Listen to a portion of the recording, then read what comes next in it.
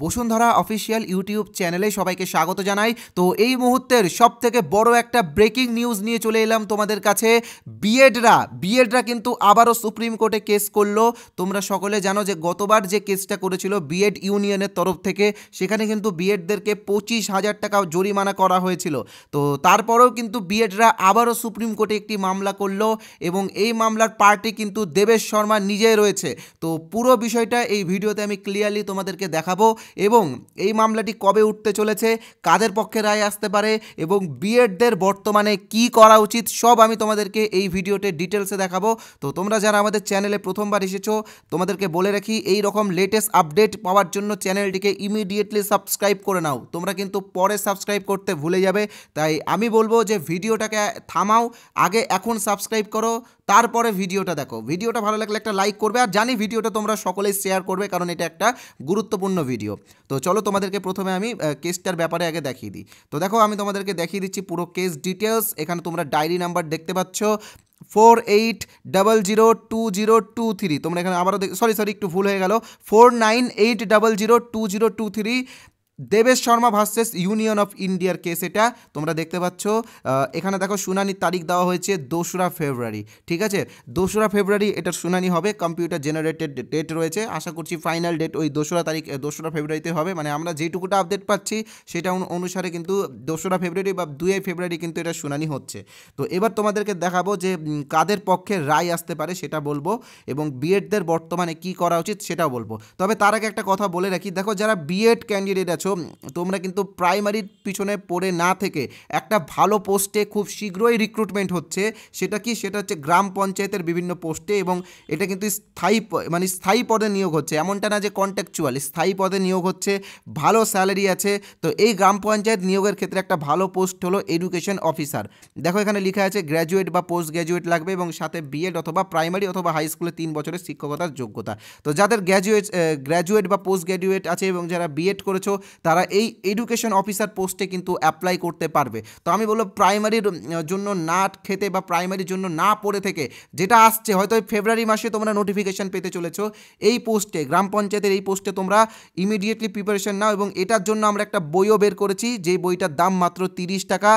বইটা তোমরা এখানে ফ্রন্ট পেজ দেখতে পাচ্ছ। এই বইটাতে কিন্তু গ্রাম পঞ্চায়েতের রিলেটেড বিভিন্ন টপিক, অর্থাৎ আমাদের পঞ্চায়েত ব্যবস্থা কেমন, পঞ্চায়েত সমিতি, গ্রাম পঞ্চায়েত, জেলা পরিষদ, সব বিষয় নিয়ে কিন্তু আমরা এখানে আলোচনা করেছি।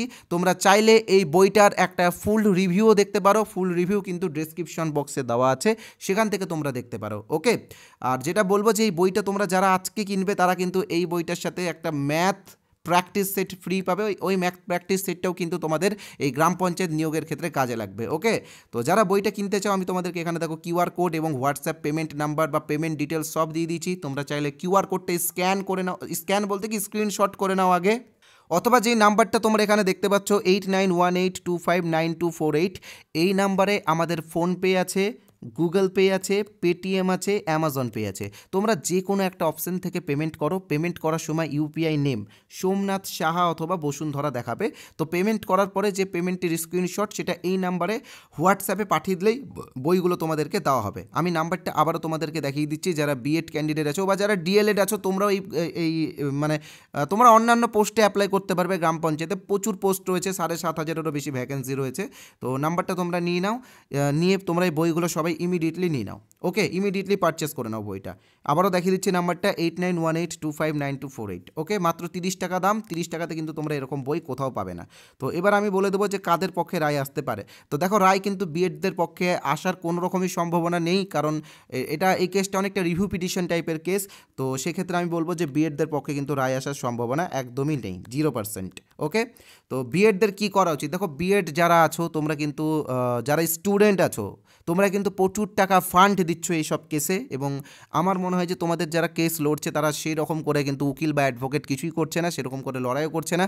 তাই আমি বলবো যে তোমরা প্রাইমারিটা ছেড়ে দিয়ে অন্যান্য এক্সাম, যেমন upper primary, food SI, WBCS বা যেটা আমি বললাম গ্রাম পঞ্চায়েত, সেইগুলোর জন্য প্রিপারেশন নাও। আর ওই সব জায়গাতে ফান্ডিং না করে তোমরা এই সমস্ত বই বা তোমার পছন্দের কোনো বই তুমি কিনো, বুক স্টলে গিয়ে কিনে নিয়ে নিজের প্রিপারেশন নিজে নাও। মানে আমাদের বই কিনতে হবে এরকম কোনো ব্যাপার না, তুমি অন্য বইও কিনে নিজের মতো করে প্রিপারেশন নাও।